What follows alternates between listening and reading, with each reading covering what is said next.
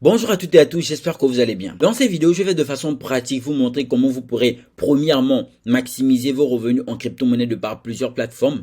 Deuxièmement, savoir si une crypto-monnaie sera soit inflationniste ou déflationniste dans les jours, les mois, les années à venir du fait du nombre de pièces qui seraient bloquées ou débloquées au cours de l'année, ce qui va directement agir sur le prix de la crypto-monnaie en la hausse ou à la baisse sur un court, moyen, long terme. Troisièmement, il sera question d'aborder les tokens qui servent de sécurité pour les Decentralized Autonomous Organizations, en l'occurrence des DAO, des organisations décentralisées au sein de la DeFi. Ça vous permettra par la même occasion de savoir de quel token il s'agit et peut-être ça vous y intéressera en ce que vous pourrez faire des recherches pour éventuellement vous positionner sur le sujet. Je vous conseille donc de regarder cette vidéo jusqu'à la fin car elle sera très intéressante.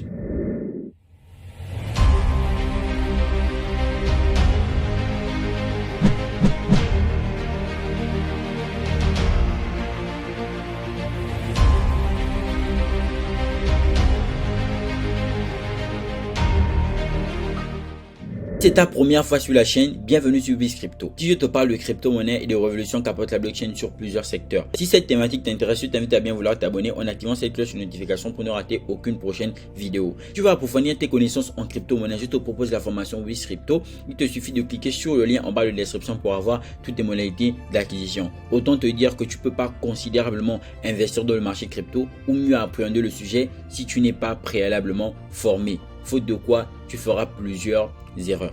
Deuxièmement, je te propose l'inscription au canal privé Telegram dans lequel on fait un travail assez remarquable sur plusieurs analyses. L'inscription s'élève à 13 000 francs, en l'occurrence 20 $. Enfin, si tu veux faire partie de la communauté, il te suffit de cliquer sur le lien en bas de description pour rejoindre le groupe public Telegram. Quoi qu'il en soit, tous les liens sont en barre de description.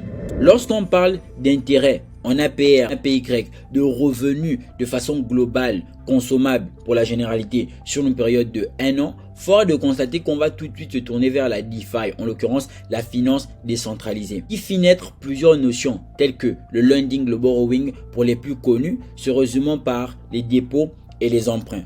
Pour véhiculer ces différents services, plusieurs plateformes vont voir le jour. Celles-ci vont présenter des taux d'intérêt pour les mêmes actifs différents en fonction de l'ancienneté ou du fait que la plateforme soit nouvelle. En l'occurrence, si une plateforme est nouvelle, fort est de constater que pour attirer des investisseurs, pour permettre à ceux que la plateforme ait de la liquidité, elle va augmenter ses taux d'intérêt. Vu qu'ils seront alléchants, plusieurs investisseurs qui sont majoritairement là pour le profit vont tout de suite rentrer dans la plateforme. Contrairement à une plateforme qui est là depuis, vu qu'elle a déjà de la liquidité, fort est de constater qu'elle n'aura pas des rendements ou encore des taux d'intérêt aussi élevés qu'une nouvelle plateforme. Ainsi, vous en tant qu'investisseur, vous êtes censé chercher les plateformes qui vous présenteront des taux d'intérêt assez considérables pour que vous puissiez en bénéficier.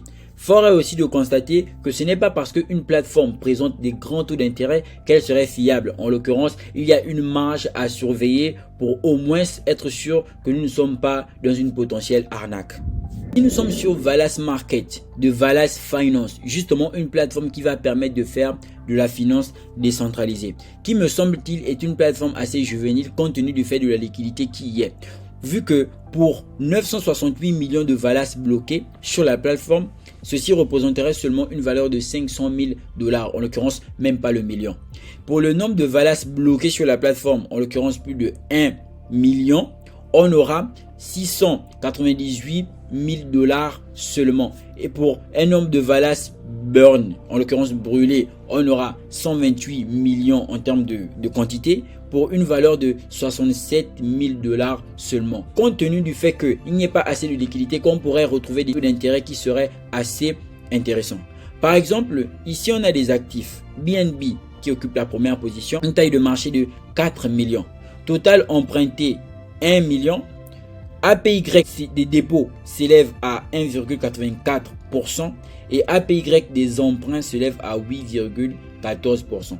Ça signifie que lorsqu'on fait des dépôts sur Valence, pour le BNB, on a des intérêts consommables sur un an de 1,84%, alors que lorsqu'on vient emprunter, fort est de constater qu'on sera obligé de rendre avec des intérêts qui s'élèvent à 8,14%. En gros, lorsqu'on emprunte, on rend plus Et lorsqu'on dépose pour permettre à ce que la plateforme puisse prendre de l'ampleur, pour permettre à ce que la plateforme puisse fonctionner, on a moins de taux d'intérêt, paradoxalement. Ensuite, on a le DAI. Pour une taille de marché de 438 000 $, on a le total emprunté 300 000 $. Et rappelons que le DAI est un stablecoin algorithmique. L'APY des dépôts, on a 1,29%. L'APY des emprunts, on a 3,71%. Donc vous remarquerez toujours que lorsqu'on vient déposer, on a moins de taux d'intérêt en termes de récompense que lorsqu'on vient emprunter, logiquement. Et donc vous pourrez parcourir la plateforme et voir tous les actifs qu'elle propose en fonction des intérêts. Vous allez pouvoir comparer avec d'autres plateformes. Ensuite, nous sommes sur Vir Finance. Fort de constater qu'aussi bien ici que pour Valence Finance, il vous faudra impérativement connecter votre wallet pour faire de la finance décentralisée. Ici, le portefeuille par excellence, c'est Coinbase, mais ça va forcément varier en fonction des différentes plateformes auxquelles nous ferions face. Vir Finance, on a 788 000 VIRS bloqués au total, avec un supply en APY de 26% sur l'USDC et l'USDT, en l'occurrence des stablecoins. Ensuite, on a Waves, 1,1 million de Waves bloqués pour des rendements au total de 22%. Ensuite, on pourra descendre, on a de l'USDT, 100 000 USDT pour un APY de 23,45%. Ça reste aussi intéressant. Donc, les pourcentages ici sont élevés. Par conséquent, vous pourrez tout de suite faire la comparaison entre ici et une autre plateforme pour voir ce qui serait plus avantageux pour vous. Toujours est-il qu'on garde en mémoire que on ne peut investir que ce que nous sommes prêts à perdre et qu'il est d'abord important de regarder la fiabilité de la plateforme avant de se donner à différents services de finance décentralisés. Mettre ces crypto-monnaies à disposition dans plusieurs plateformes pour qu'elles puissent travailler pour vous. C'est ce qu'on dit que la crypto-monnaie ne serait pas en train de dormir. Ce n'est pas une obligation, mais pour ceux qui veulent vraiment avoir des intérêts, il serait très important que vous songiez à vous tourner vers ces différentes plateformes-là, aussi bien juvéniles qu'anciennes, pour des raisons de sécurité et de spéculation, pour éventuellement avoir un certain nombre de revenus de telle sorte que vos crypto-monnaies puissent vraiment prendre un sens, en l'occurrence travailler pour vous.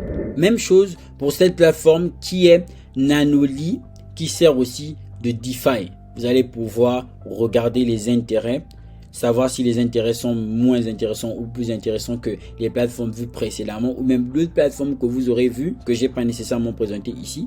Ici, on parle de différents protocoles. Vous voyez qu'on a par exemple OneLink, AAV, Acryptos, Alpaca, ApeSwap. ApeSwap, c'est le swap de ApeCoin, AutoFarm, Balancer, Bancor, BeFi, etc. Ça rentre dans le domaine de la finance décentralisée. Ici, on a quelques taux d'intérêt. On a ETH, protocole Lido, avec une base en APY de 5,18% en termes de taux d'intérêt. Je pense que sur les taux d'intérêt de Ethereum, Binance propose moins. Et donc, voici vraiment la différence. Vous allez pouvoir même faire les comparaisons avec les plateformes, donc les SEX qui proposent des services de finance décentralisés ou encore des taux d'intérêt. Chercher les grands rendements pour un investisseur est tout simplement une bonne chose. Sauf que des grands rendements sur un projet inflationniste ne représentent pas grand chose. Que ce serait comme avoir 1 million de % sur une crypto-monnaie qui ne vaut absolument rien. Par conséquent, il est important pour l'investisseur de déterminer si le projet sera inflationniste ou déflationniste dans les jours, les mois et les années à venir. Pour ce faire, on va utiliser un outil très intéressant qui est Token Unlock, vu qu'il va nous permettre de savoir quelle est la quantité de jetons bloqués ou débloquer sur le projet au sein du marché. Vu que le fait de bloquer ou de débloquer une certaine quantité de jetons du token va nous permettre de déterminer le cours de la crypto-monnaie sur le marché, selon qu'il pourrait s'apprécier ou se déprécier en fonction de la quantité. Et par la même occasion, on va précisément avoir la date à laquelle cette différente action sera effectuée, selon quel pourrait être le blocage ou le déblocage. Pour ce faire, on va venir sur la première crypto-monnaie qui est Acala ici.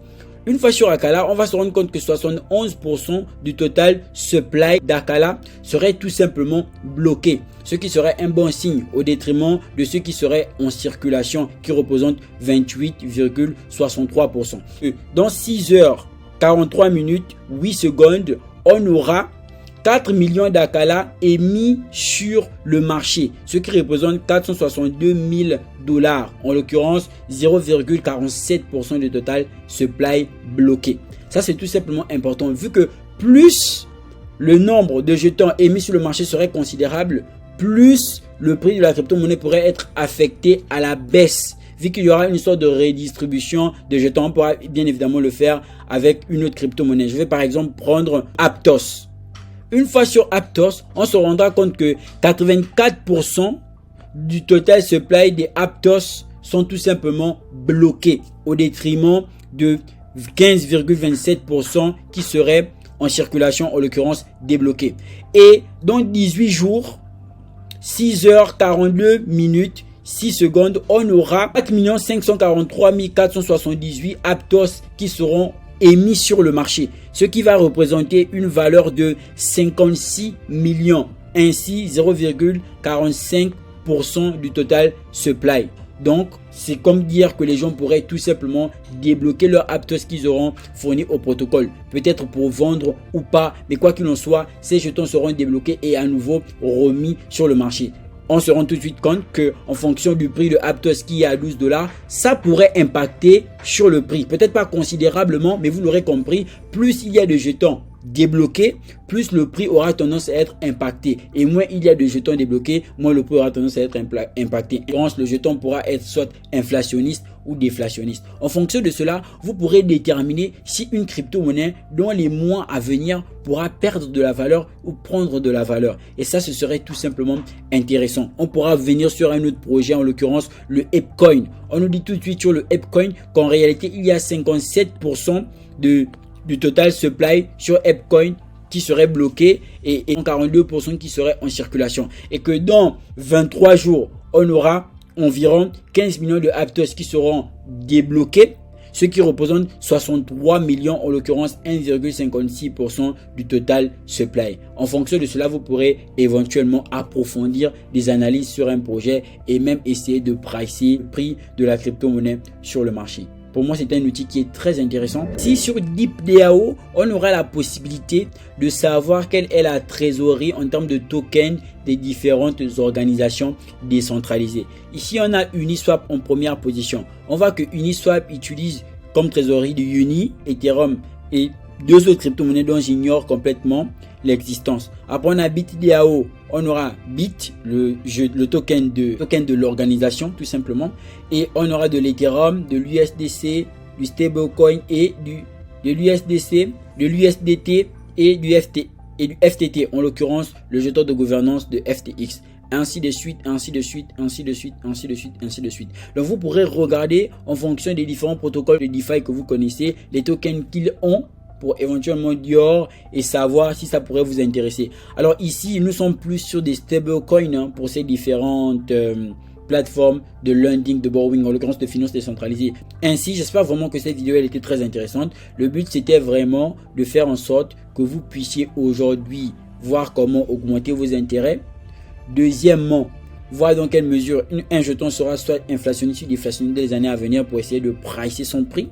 Pour vous protéger en termes même d'investissement, parce que ça pourrait signifier éventuellement que ça signifie que dans une certaine période de temps, le jeton pourra perdre en valeur et je vais pouvoir me positionner si c'est un jeton que j'aime bien en fonction du nombre de jetons qui seraient émis sur le marché, ou prendre en valeur en fonction du nombre de jetons qui seraient retirés du marché, vu que ça va créer une sorte de rareté justement.